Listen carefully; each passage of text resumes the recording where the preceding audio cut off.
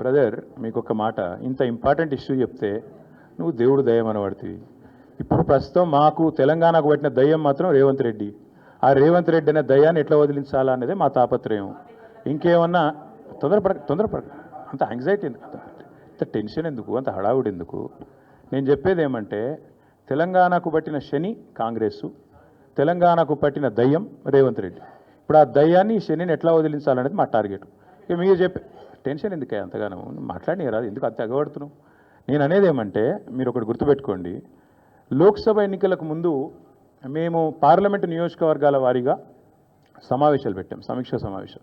ఇక్కడ అసెంబ్లీలో ఓడిపోయాము, ఎట్లా ముందుకు పోవాలని చెప్పి దాదాపు 17 రోజుల పాటు మీరందరూ చూశారు. ఇక్కడే వేల మంది కార్యకర్తలతో కూర్చొని దాదాపు 7, 8, 9, 10 గంటలు వారితో చర్చించాం. ఆ ప్రాసెస్లో చాలామంది డైరెక్ట్గా మైకులో మాట్లాడిన వాళ్ళు ఉన్నారు, కొంతమంది చిట్టీల మీద రాసిచ్చిన వాళ్ళు ఉన్నారు, కొంతమంది కేసీఆర్ గారికి ఉత్తరం అందించండి అని చెప్పి ఉత్తరాలు ఇచ్చిన వాళ్ళు ఉన్నారు. కాబట్టి మా పార్టీలో we encourage open culture, democracy కాబట్టి, డెమోక్రాటిక్ పార్టీ కాబట్టి, ప్రజాస్వామిక స్ఫూర్తి ఉన్న పార్టీ కాబట్టి మా పార్టీ అధ్యక్షుల వారికి ఎవరైనా సూచనలు చేయాలనుకుంటే ఉత్తరాలు రాయొచ్చు. అదేదో చాలా గొప్ప విషయం అన్నట్టు మీరందరూ అంత బాధపడిపోవాల్సిన అవసరం ఏం లేదు.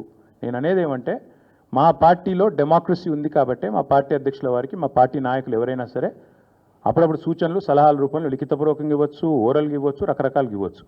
అట్లాగే నేను ఒక మాట మాత్రం చెప్తాను, మనం ఎవరైనా సరే పార్టీలో ఏ హోదాలో ఉన్నా కొన్ని విషయాలు అంతర్గతంగా మాట్లాడాల్సిన విషయాలు అంతర్గతంగా మాట్లాడితేనే బాగుంటుంది. పార్టీ ఫోరమ్స్ ఉన్నాయి, అధ్యక్షుల వారితో కలిసే అవకాశం ఉంది, లేదా ఆఫీస్ బేరర్స్ ఉన్నారు, కలిసి చెప్పుకునే అవకాశం ఉంది. కాబట్టి అంతర్గతంగానే కొన్ని విషయాలు మాట్లాడితే బాగుంటుంది. అది అందరికీ వర్తిస్తుంది, వీళ్ళకి వాళ్ళకని కాదు, అందరికీ వర్తిస్తుంది.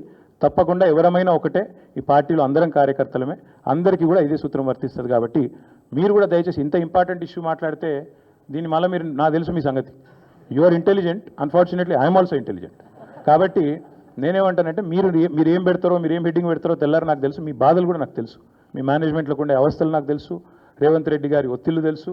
కాబట్టి నేను ఎక్కువ చెప్పను, ఒకటి మాత్రం చెప్తాను, మా పార్టీలో డెమోక్రసీ ఉంది, మా పార్టీలో సలహాలు సూచనలు ఎవరైనా ఇవ్వచ్చు, ఎట్లా అయినా ఇవ్వచ్చు. గతంలో పార్లమెంట్ సమావేశాల సందర్భంగా లేఖలు వచ్చినాయి, సూచనలు వచ్చాయి, అట్లా వచ్చినప్పుడు వాటిని ప్రజాస్వామికంగా స్వీకరిస్తాం. థ్యాంక్ యూ, మీ అందరికీ thank you.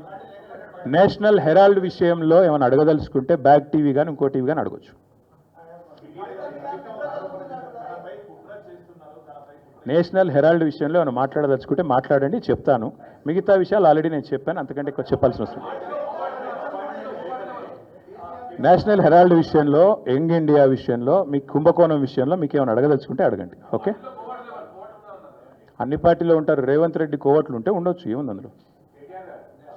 Coverts will expose themselves, ఒక నిమిషం, coverts will expose themselves in due course of time. ఎందుకు తొందర ఎందుకు? Yes ball,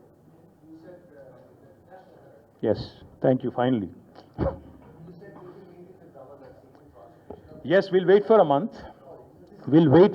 No, we'll wait for a month. Let's see if the Enforcement Directorate or Government of India will actually move, because this is a serious matter. We're already the leader of opposition of the country, Lok Sabha floor leader, or not floor leader, but opposition leader has been named. So therefore, we'll have to wait and see what action they'll pursue. If they don't, because not just Mr. Rahul Gandhi, but Mr. Revanth Reddy, Mr. D.K. Shivkumar, many of them have been named. But so far, everybody's been tight-lipped, both Government of India and also Mr. Revanth Reddy and Rahul Gandhi. So we'll wait to see what they have to say, what the agencies will do. Thank you.